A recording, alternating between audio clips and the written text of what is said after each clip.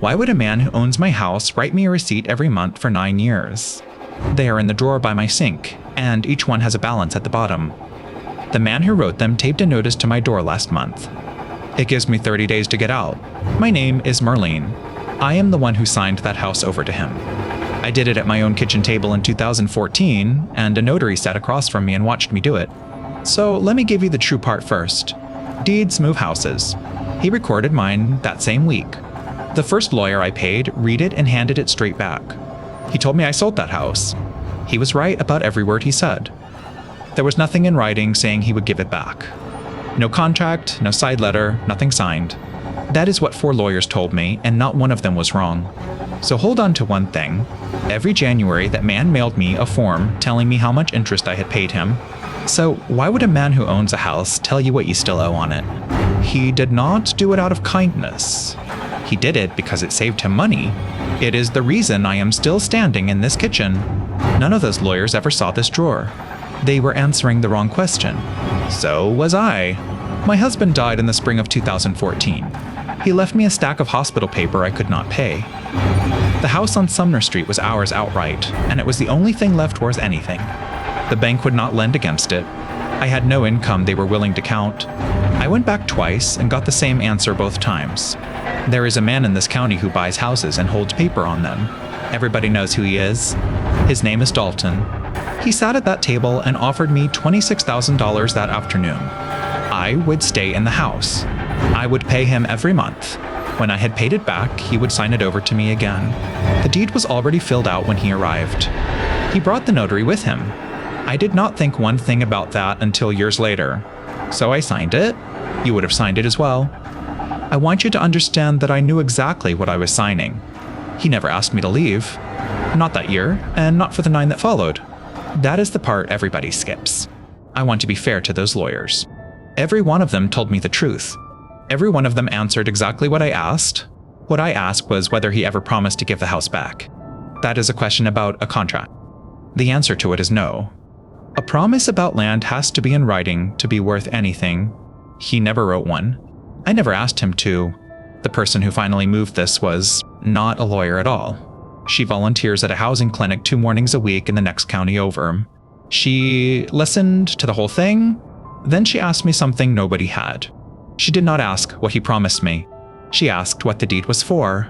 Here is the rule she gave me, and there is not one legal word in it.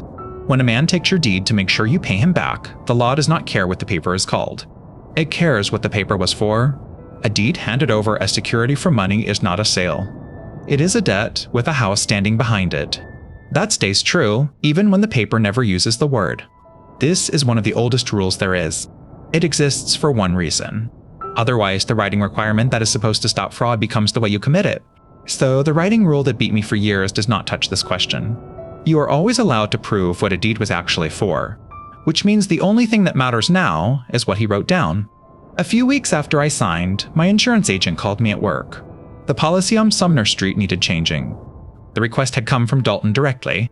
He did not ask to be made the owner on that policy. He asked to be listed as the one who gets paid first if the house burns down. Sit with that for a second. If he owned my house, he is the person the policy insures. There is no first. Why would you ask to be paid second on a house you own? There is nobody standing in front of you. So I kept paying that premium every year, and he kept his name in that box. He wanted the protection the law gives a man who is owed money. He did the same thing 3 more times in 3 more documents. Not one of them was written by me. That matters more than anything I could say on a witness stand. Which brings me back to the drawer by my sink. He wrote me a receipt every single month. He wrote them in his own hand on his own book, and he tore each one off at the perforation. Each one has a figure at the bottom. Each figure is smaller than the month before it. He was not writing down rent. Rent does not go down. Rent is the same number in January that it was in June. Rent never counts toward anything at all. That number went down because part of what I handed him each month was being taken off the top. Off the top of what exactly? There has to be a something for it to come off. A house is not a something you subtract from. You cannot pay a porch down by a quarter. A house does not have a balance. Only a debt has a balance. He handed me one every month for 9 years and never once noticed what he was doing. I kept them because my husband kept everything. He was the kind of man who wrote the date on the back of a light bulb box. I used to think that habit was a nuisance. I have laid those receipts out on this table in rows and counted them more than once. Now go back to the thing I asked you to hold. Every January, a statement arrived in my mailbox from him. It is the form a lender sends a borrower. It reports the interest the borrower paid that year, so the borrower can take it off their taxes. A landlord does not send that form.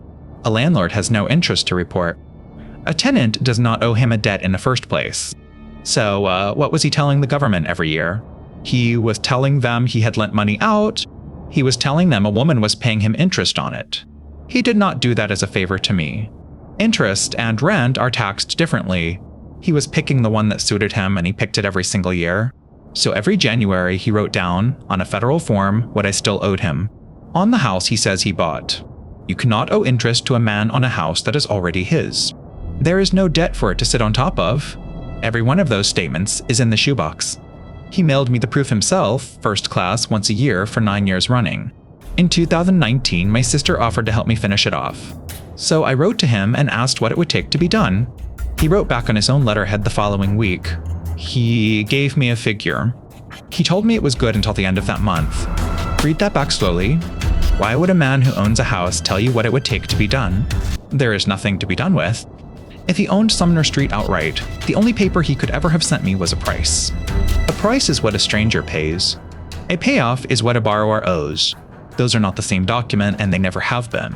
My sister could not come up with it, and the month ran out. I have thought about that a great deal.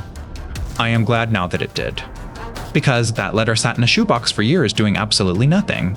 Then a volunteer in a church hall asked me if he had ever written anything down. He moved to put me out this spring because somebody offered him $90,000 for the lot. That is the only reason any of this ever surfaced. So the clinic filed an answer. It does not ask a judge to undo the deed. It asks the judge one question about what the deed was for. The receipts went in as exhibits, all of them. So did the statements, the letter with the payoff figure on it, and the insurance page with his name in the wrong box. Here is the trap he cannot walk out of. If that was a sale, then every one of those papers is a false statement he made in writing. He would have reported 9 years of interest income that never existed. He would have quoted a payoff on a debt that nobody owed him. And if that was a debt, which is what all of that paper says, then he never owned Sumner Street for a single day. He held a lien on it. A man holding a lien has exactly one way to take a house. He has to bring a case, prove the debt, and let me pay it off before he takes anything. He never brought that case. In 9 years, he never filed one page toward it. He believed he already had the house, and the notice on my door is him still believing it. The right to pay a lender off and keep your house is not a thing you can sign away at the start. If it were, no loan on earth would ever be anything else. That is the whole of it. He wrote himself a deed that let him skip every step the law puts between a lender and a house. Those lawyers were not careless. I brought them a question about a promise. There was no promise there to find. The answer was never in what he said to me across that table. It was in what he wrote down for other people every month for 9 years. He could have had my house. All he had to do was leave the tax break alone, call it rent, and never write me a receipt. He was not willing to pay for the house he wanted. He wanted to be a lender on paper and an owner at my door. He does not get to be both. Every January, he mailed me a number and told me what I still owed. You cannot owe a man for a house he already owns. That was never a sale. That was a balance.